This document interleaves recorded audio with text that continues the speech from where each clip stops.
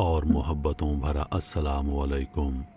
मैं उम्मीद करता हूँ कि आप सब दोस्त खैरियत व आफ़ियत से होंगे। हज़रत सैयदना अबू अब्बास मुअद्दिब रहमतुल्लाह अलैह फरमाते हैं कि मेरे एक हाशमी पड़ोसी के माशी हालात ठीक ना थे।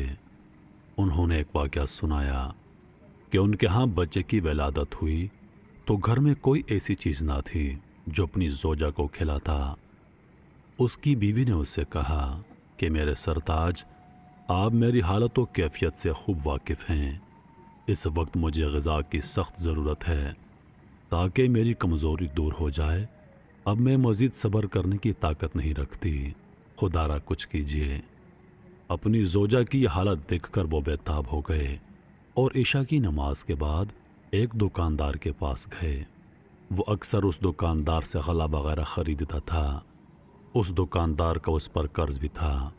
उसने दुकानदार को घर की हालत बताई और कुछ सामान खुर्दनोश तलब किया और कहा कि मैं जल्द ही इसकी कीमत अदा कर दूंगा, लेकिन दुकानदार ने साफ इनकार कर दिया। इसके बाद वो एक दूसरे दुकानदार के पास गया और अपनी हालत से आगाह करके कुछ चीज़ें तलब की, लेकिन दूसरे दुकानदार ने भी साफ इनकार कर दिया। अलगर्ज जिस से कोई उम्मीद थी वो उन सब के पास गया, लेकिन किसी ने उसकी कोई मदद ना की।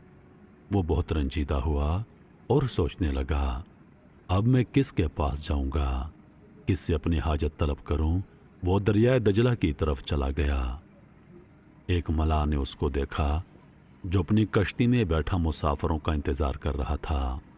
उसे देखकर उसने आवाज़ लगाई, मैं फ़लाँ इलाके की सवारियां बिठाता हूँ, अगर कोई मुसाफिर है तो आ जाए।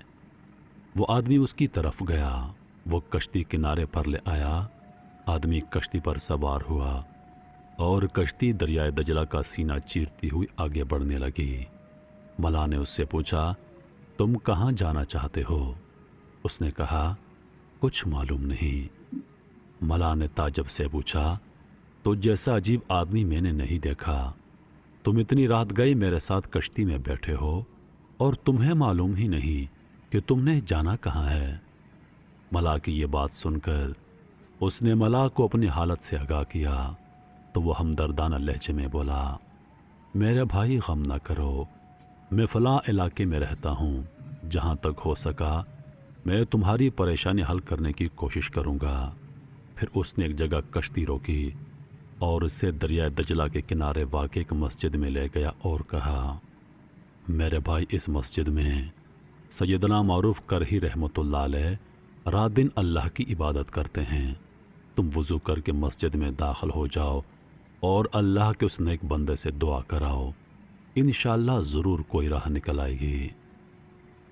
वो वज़ू करके मस्जिद में दाखिल हुआ तो देखा कि सैयदना मारूफ करही रहमतुल्लाह अलैह मेहराब में नमाज अदा फरमा रहे हैं।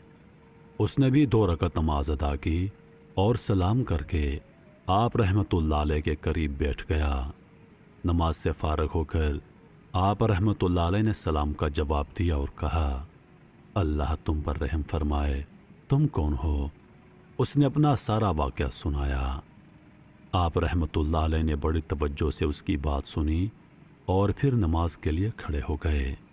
बाहर मौसम ख़राब होने लगा। बारिश ज़ोर पकड़ती जा रही थी। वो बहुत घबराया और सोचने लगा, मैं अपने घर से कितना दूर आ गया हूँ। बारिश बढ़ती जा रही है, न जाने घर वाले किस हाल में होंगे। इस शदीद बारिश में मैं अपने घर कैसे पहुँचूँगा? वो इन्हीं ख्यालात में गुम था कि अचानक मस्जिद से बाहर किसी जानवर की आवाज़ सुनाई दी। एक सवार अपनी सवारी से उतरकर मस्जिद में दाखिल हुआ और आप रहमतुल्लाह अलैह के करीब आकर बैठ गया। आप रहमतुल्लाह अलैह ने नमाज से फरागत के बाद उससे पूछा, तुम पर अल्लाह रहम करे, तुम कौन हो? सवार ने कहा, हुजूर, मैं फ़लाँ शख्स का कासिद हूँ। उन्होंने आपको सलाम भेजा है और कहा है कि मैं चादर ओढ़कर सो रहा था कि मैंने अपने आप को अच्छी हालत में देखा। मैंने एक खूबसूरत ख्वाब देखा है और अपने ऊपर ऐसी रहमत की बरसात देखी है कि अल्लाह का जितना शुक्र अदा किया जाए कम है।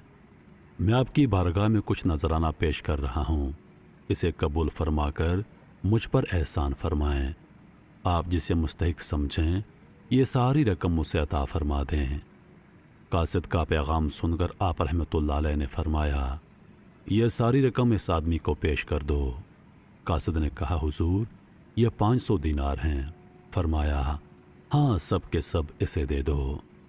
قاصد نے ساری رقم اس آدمی کو دے دی۔ اس نے ساری رقم چادر میں رکھی۔ آپ رحمۃ اللہ علیہ کا شکریہ ادا کیا اور اسی وقت گھر کی طرف چل دیا۔ بارش میں بھیگتا پڑتا اپنے علاقے میں پہنچا۔ سیدھا دکاندار کے پاس گیا اور کہا یہ دیکھو 500 دینار ہیں۔ اللہ نے اپنے رزق کے خزانوں میں